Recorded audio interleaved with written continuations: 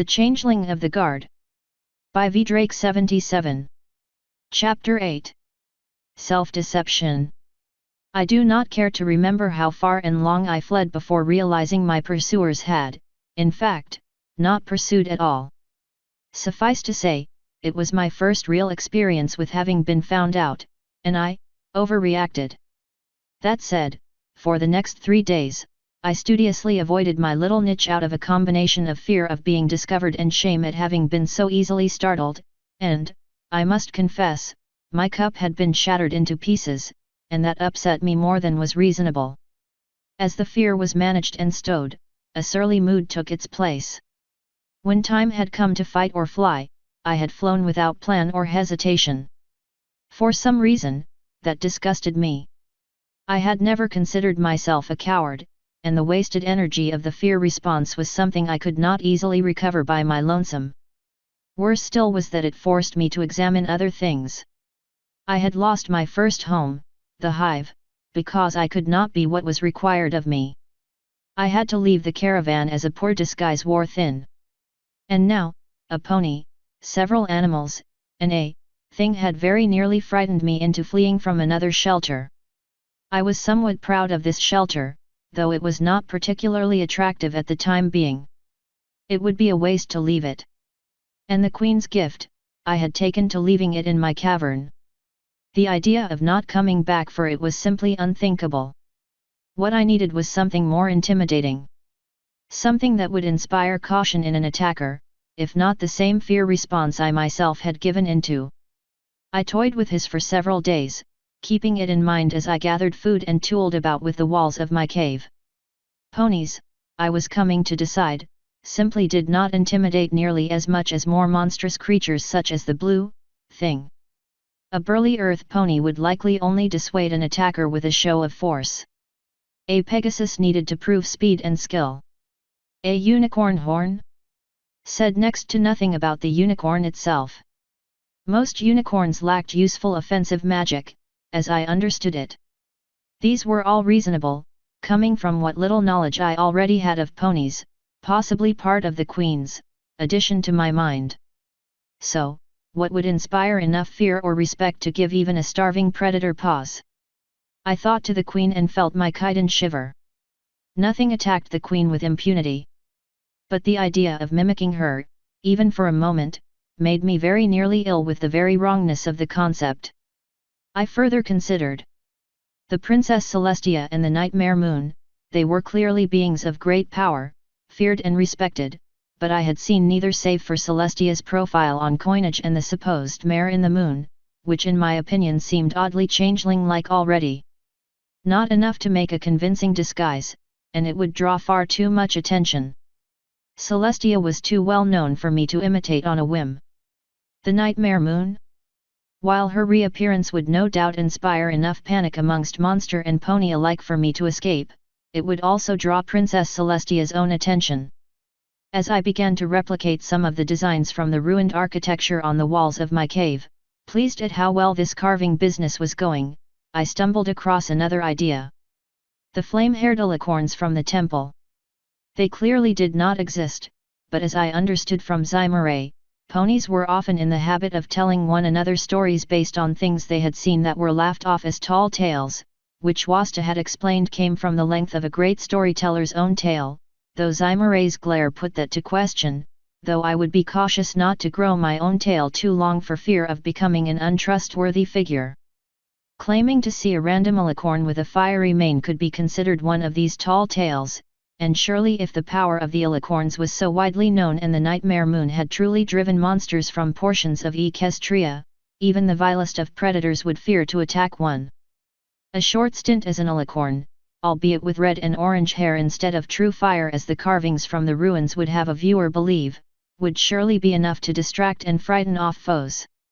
At least long enough for a single changeling to flee to safety. The decision came as an immense relief.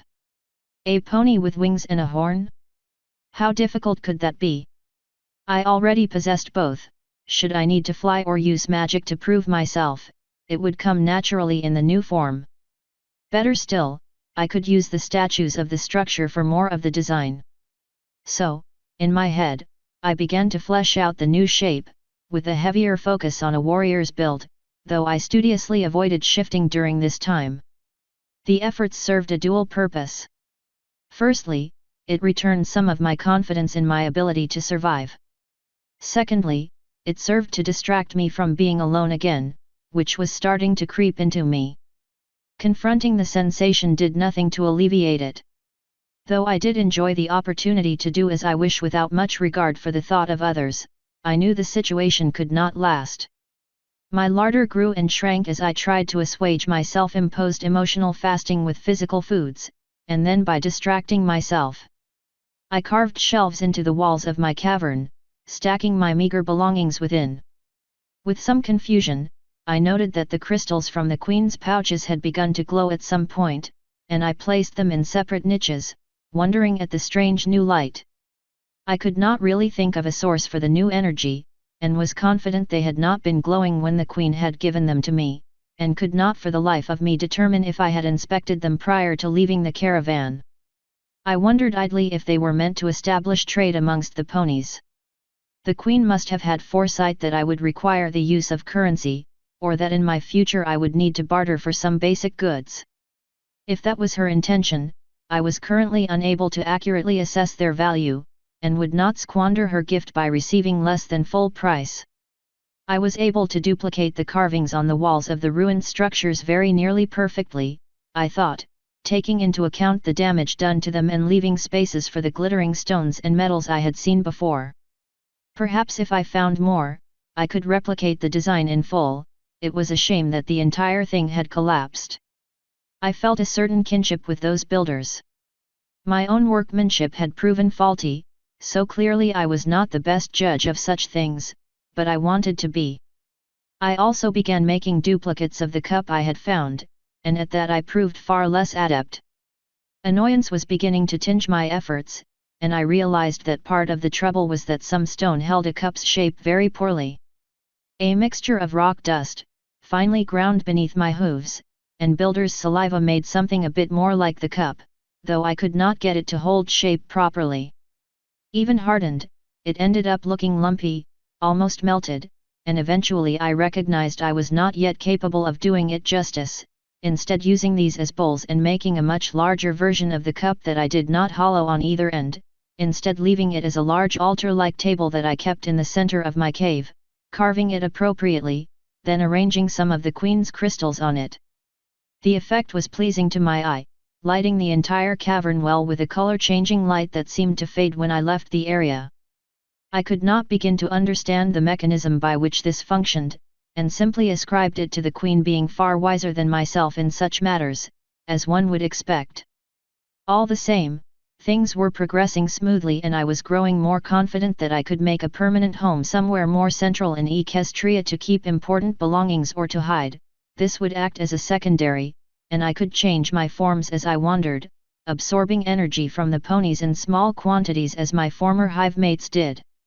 It should prove far easier for me with practice, given that I would not need to feed 10 to 20 times my number back at the nest. And it was around this time my peaceful little valley in the mountains was intruded upon by the violent crash landing of a Pegasus, older than Wasta had been but not so old as Zimere, in something of a fright, breathing desperately for no reason I could see, until the manticore burst from the clouds, its eyes red with rage. She quickly returned to her hooves and took back to the sky, her saddlebags spilling as she sought to flee the infuriated beast. To her great distress, her attempts to fly around it and return to the obscurity of the clouds was a failure, and the great winged feline slammed her with a massive paw, driving her back to the ground with a cry of pain, wing held awkwardly to her side. I crept down on my rock outcropping, intending to return to the safety of my cavern, but I found myself watching the two with growing concern. It had limited her capability for flight with the strike. She grabbed several things out of her saddlebags, including what looked like a large slab of meat, flinging it at the creature to no avail as it again swatted at her, sending her rolling across the ground. I recognized this. A manticore might decide to toy with prey when it was certain it was in control, and the mare didn't seem capable of escape. A desperate attempt to leap over the beast was thwarted by its tail very nearly impaling her, and she gave out a choked cry as she began scrambling backwards towards the cliff face. It was possible that she would survive the leap into the gorge without full flight available to her, but if she did not make the attempt, the monster would almost certainly kill her. I was not sure why this bothered me so. Her fear was contagious, her desperation biting into me from afar. She faced certain death, she wanted to be bold, and it would not come. The powerful predator was going to bat at her with massive clawed paws until she was too broken and torn to survive, and she knew it. But this was of no concern to me. She had brought it here, far out of what was likely to be its normal territory. When she was gone, regardless of fled or dead, it too would leave. And yet, I could help. Possibly. A brief distraction might give her the time needed to slip around it. Was it worth it? Another cry of alarm as the tail struck the ground before her when she tried to dart to the side. This creature could kill me. A swipe such as the one that grounded the Pegasus could crack my shell, teeth and claws could rend me even if my chitin provided more protection than the pony's soft flesh, and the venom of the manticore's sting had proven too much even for warrior changelings caught unaware. Quite suddenly, I was disgusted with myself again. I was afraid. This was not the beast's territory. I had made my little home here and it trespassed. My hive was a safe place, be it from pony, blue monster, manticore, or a bucking hydra. I would not allow this thing free rein here, not when all it took was a simple bluff. So I reached inside, shaped the form of the warrior alicorn, drew it forth. And everything shifted and broke, something within my head wrenching. Suddenly, rage filled me, fury compelled me, power flooding through my veins, swelling my muscles and filling this new form to near bursting. This mere beast dared to threaten one under my protection? The red and orange mane I had chosen burst into true flame, and I charged the brute, slamming a shoulder into it with all the power of an avalanche. It roared with startled fury and I screamed back, power lancing from my horn in arcs, tearing great gouges in the loose stone at my hooves. The beast took a step back, then lunged for the smaller, weaker Pegasi, and I met it in the air, grappling it with what seemed like practiced ease and driving us both into the solid face of the cliff. As chunks of stone fell around us, revealing a large hole into my cavern, I flung the beast away, tossing my head with utter disdain. This pitiful creature had no idea what I was capable of, and a single bolt of green light struck it between the eyes. It roared in pain, finally turning to flee, leaping into the chasm and flying desperately towards the jungle near my temple. I turned to my worshipper and worshipper, temple? What?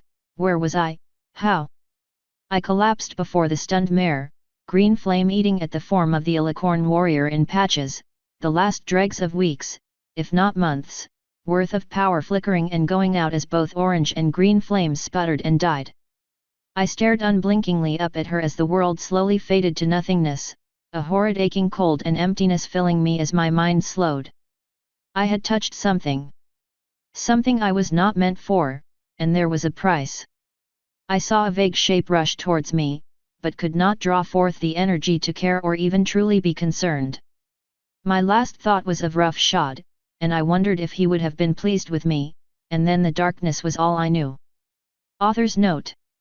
Sorry for the delay folks, had some trouble with this chapter, and still trying to come up with a decent title picture idea. Comments are greatly appreciated. End author's note.